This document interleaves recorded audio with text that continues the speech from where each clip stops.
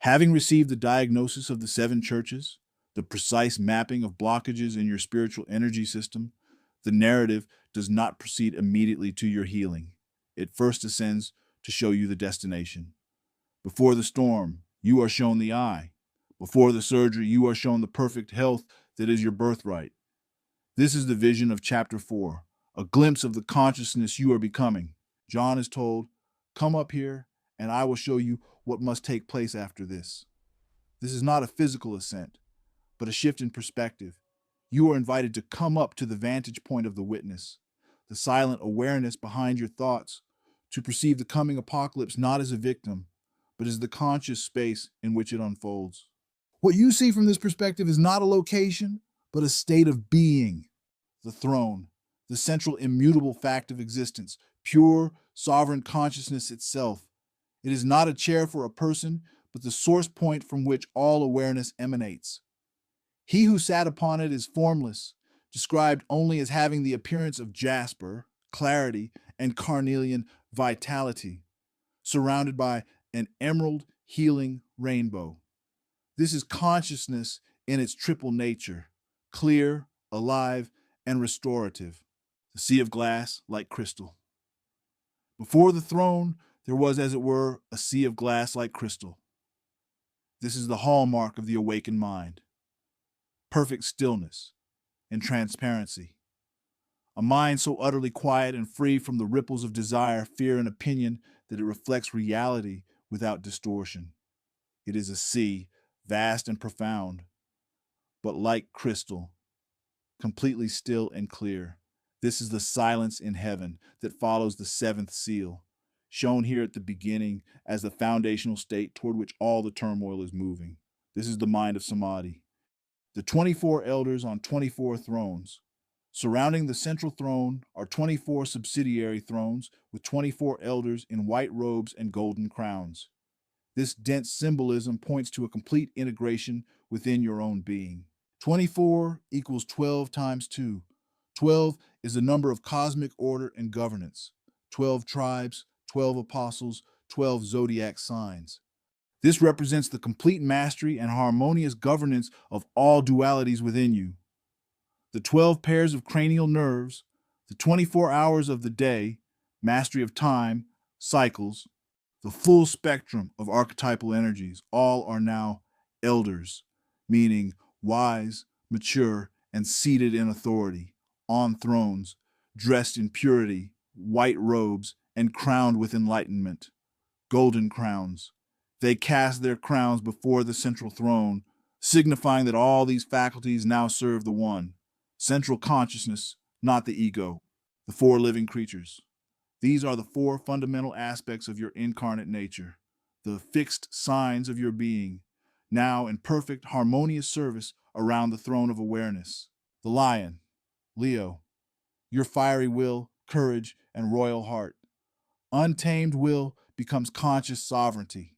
The ox, Taurus, your earthly strength, stability, and patient endurance. Animal strength becomes grounded, serene power. The face of a man, Aquarius, your airy intellect, reason, and humanitarian spirit.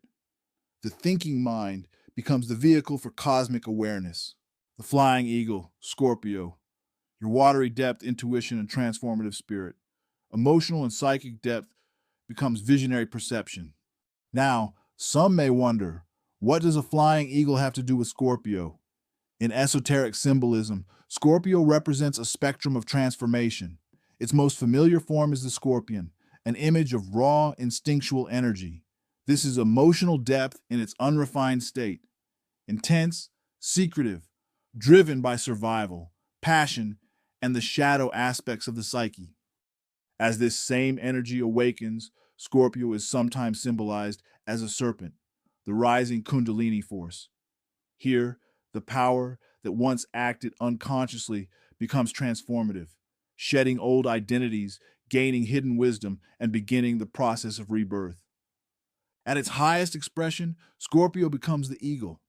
The eagle represents this same intense energy fully transmuted. No longer trapped in the emotional underworld, it rises above it.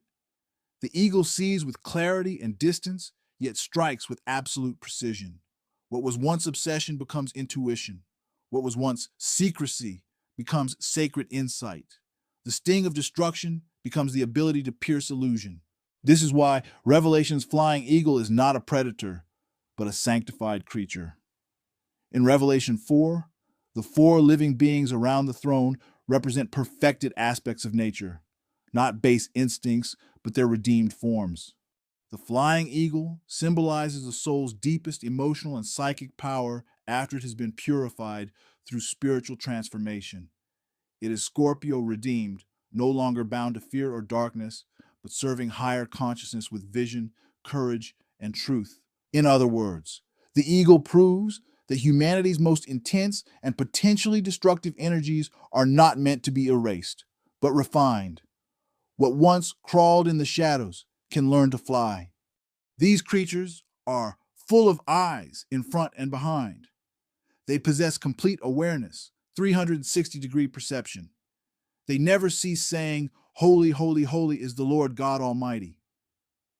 This is the ceaseless mantra of the integrated self.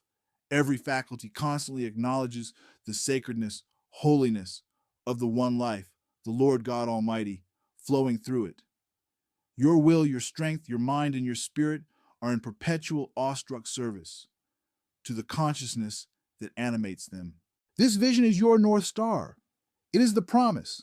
The chaotic process you are about to enter has a destination of unimaginable peace, order, and luminous wholeness.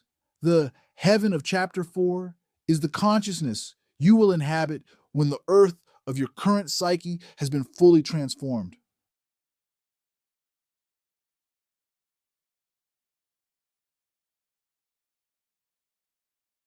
The vision then introduces the catalyst. In the right hand of the one on the throne is a scroll, sealed with 7 seals. The scroll. This is your soul's original divine blueprint. It contains the complete record of your true potential and the exact non-negotiable process required to actualize it. It is the fruit of life pattern, the divine DNA, the full architectural plan for the new Jerusalem, that is you. It is written on the inside and on the back, meaning its wisdom is complete, covering both the inner spiritual reality and the outer manifest life. The 7 seals. These are not locks keeping you out. They are protective seals keeping the blueprint contained until the vessel is ready. They represent the 7 primary blockages or concentrations of egoic energy corresponding to the 7 chakras. To open the scroll is to activate the blueprint, which will systematically dissolve these blockages. It is the go signal for the apocalypse. A mighty angel proclaims, "Who is worthy to open the scroll and break its seals?" The answer is devastating. No one in heaven or on earth or under the earth was able to open the scroll or to look into it. No one in heaven, your higher mind, on earth, your ego, or under the earth, your subconscious, can access this. The ego cannot engineer its own dissolution. The intellect cannot comprehend the process. You cannot think, will, or analyze your way into this transformation. This causes John, the seeker's consciousness, to weep bitterly, for it seems the path to wholeness is inaccessible. Then the solution is revealed. Behold, the Lion of the tribe of Judah, the root of David, has conquered, so that he can open the scroll and its 7 seals. John looks, and what does he see? A lamb standing, as though it had been slain. This is the supreme mystery and the key to everything. The lion is the lamb. The conquering power, lion, is gentle, surrendered sacrifice, lamb. The force that opens the blueprint is not aggressive will, but conscious, willing surrender. Standing as though it had been slain. This is your own Christ consciousness, your higher self, which has already undergone the death of the ego. It is not the ego that breaks the seals. It is the part of you that exists on the other side of the ego's death. It is the alchemical child born from the sacred intermarriage, the I am presence that observes without identifying. It has 7 horns and 7 eyes. The 7 horns are the perfected, active power of your fully awakened chakra system. The 7 eyes are the omniscient, intuitive awareness sent throughout the earth, the ability to see truth from every center. This is the integrated being described in the 7 churches' rewards, now presented as the active agent of transformation. The Lamb takes the scroll.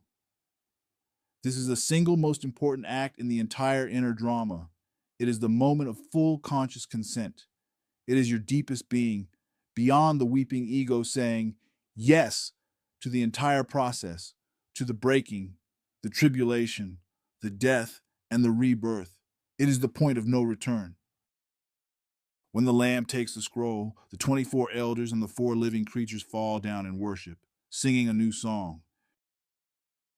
Worthy are you to take the scroll and to open its seals, for you were slain, and by your blood you ransomed people for God from every tribe and language and people and nation, and you have made them a kingdom and priests to our God, and they shall reign on the earth. This new song is the anthem of the realized self. You were ransomed, not by an external blood sacrifice, but by the slaying of your own separate self-sense, the Lamb. This act redeems all the fragmented aspects of your being, every tribe and language, your various sub-personalities, drives, and talents, and unifies them into a single sovereign entity, a kingdom and priests. You become both the ruler, the kingdom, and the conduit for the divine, the priests. And this kingdom shall reign on the earth. This sovereignty is to be fully embodied here and now. The initiation is complete. The diagnosis has been given, chapters 1 to 3. The vision of wholeness has been granted, chapter 4. The consent has been sealed, chapter 5.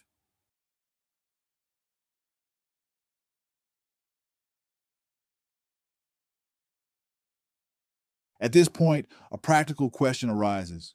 If the slain and risen Lamb consciousness must open the scroll to begin the process, why do so many people experience intense spiritual energy awakenings, Kundalini surges, visions, emotional upheavals, long before they feel anything like a stable, Christ-like awareness?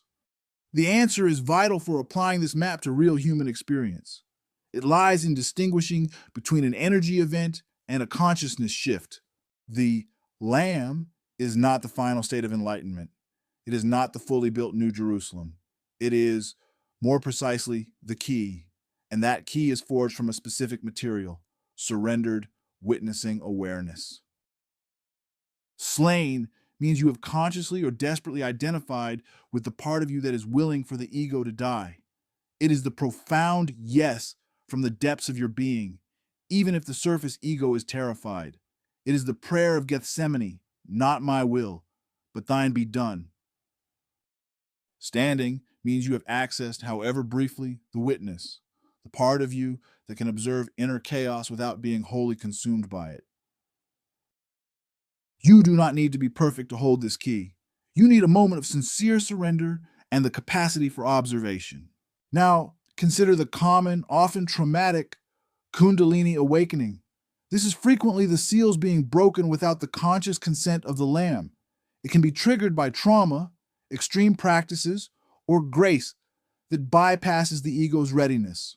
The energy is moving, but the egoic consciousness is still on the throne, trying to control and interpret a divine process it cannot comprehend. This is like the scroll being blasted open by an explosion. The information, the transformative energy, is released, but chaotically, causing what feels like a spiritual emergency. In this common scenario, the intense suffering of the process itself forges the Lamb consciousness after the fact. The ego, in its agony and exhaustion, eventually cries, I give up, I cannot do this. That cry is the birth of the Lamb, the surrender that should have preceded the storm.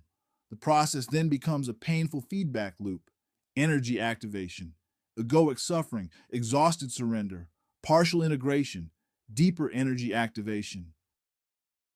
The revelation map is not describing the chaotic order in which this often occurs in life. It is providing the conscious, ideal template to minimize suffering and maximize understanding. First, establish the witness and offer consent, chapters 4 to 5. Then, allow the energy to execute the blueprint, chapter 6 onward. If you find yourself already in the storm, know this: your suffering is creating the surrendered lamb within you. Your task is to consciously recognize that surrendering witness amid the chaos and to align with it. Say to the storm, "Do what you must, I am not the commander here." That alignment is you in the midst of the tempest, reaching forward to take the scroll. With this understanding that the Lamb is a quality of surrendered awareness, not a final achievement, we now watch as the first seal is broken. The process, whether entered into consciously or encountered through life's upheavals, is now underway. There is no turning back. Now, the first seal breaks. The inner apocalypse has begun. There is no stopping it. The blueprint is activated, and the energy of your own divine potential, intelligent, ruthless, and perfect, will now move through you to execute its plan.